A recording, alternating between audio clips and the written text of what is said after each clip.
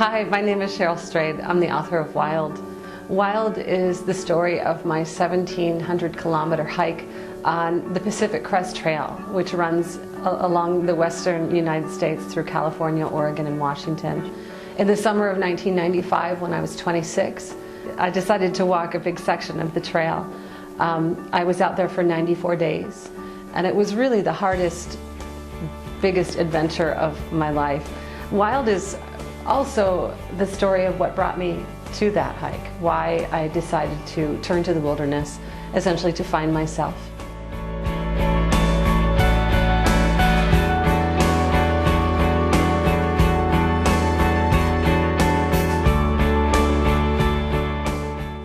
Well, it's been such a thrill and really a surprise to me that the book has resonated with so many people from so many different walks of life, men and women, and people of all ages. And I think what that is they're seeing themselves in the work.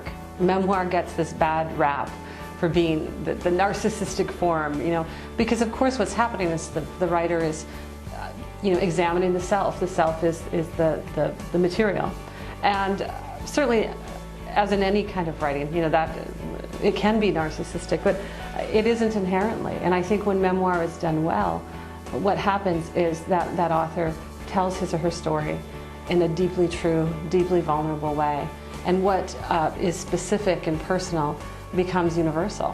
And I think that with Wild, what's happened is that people do recognize themselves. They see that in my writing about this hike, this little hike I took when I was 26, my grief over my mother, my divorce, what they see is themselves. They see that I'm telling a bigger story about what it means to be human.